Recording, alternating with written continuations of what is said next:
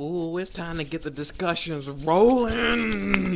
What's up, y'all? How are y'all? TK should have been the leader of the new DigiDestined team in Digimon Adventure 2. In this video, I'm going to cover video, squad on the like button, help support this new series, help support this channel, and if you like it, saving Kari, not to christen him as the new leader. I believe the differences will start occurring during their encounter with Vegiemon. TK, like in the original episode, notices that the escape from the Digimon Emperor's jail was way too easy. The rest of the episode continues as per normal, tending to the hostages, Davis getting increasingly upset that nobody would listen to his ideas, and Veemon struggling against Red Vegiemon. The rest of the DigiDestined realize that Davis is too hot-headed and reckless to be put in charge, and they need somebody who's level-headed and experienced enough to lead this team. Keep in mind that in this scenario, Davis does not succumb to darkness in any way, but his recklessness, hot-headedness, and jealousy of TK have been dialed up. This leads us to the situation with Metal Greymon.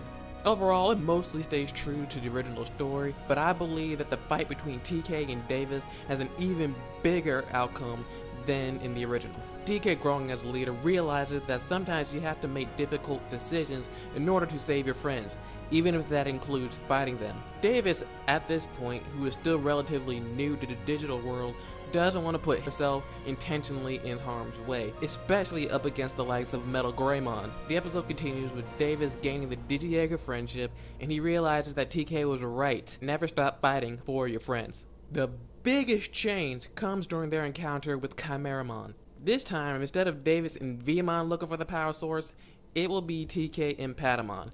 Honestly, this makes a lot more sense, as Flamedramon is a more adept fighter than Pegasusmon, so he will be better off at holding off Chimeramon, at least for a little bit longer.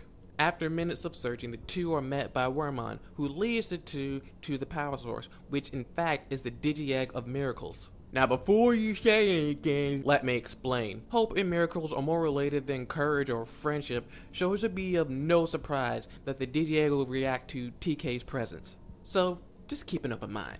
With the Golden Digi-Egg, Patamon is able to Golden Armor Digivolve into Rhinomon. This Armor Digimon is capable of fending off Chimeramon for a little bit, but like in the original, Wormmon needs to sacrifice himself in order to give Rhinomon the energy to finish off Chimeramon once and for all. At this point, Ken has completely broken down. His deeds at the Digimon Emperor have traumatized him, and he even watched as his partner faded into Data in his arms. TK sees this and is conflicted. He too knows what it's like to lose his partner. However, he cannot bring himself to easily forgive those who abuse the forces of darkness. Unlike Davis, who tried to console him, TK doesn't offer to help Ken, not out of hate, but out of his own conflictions.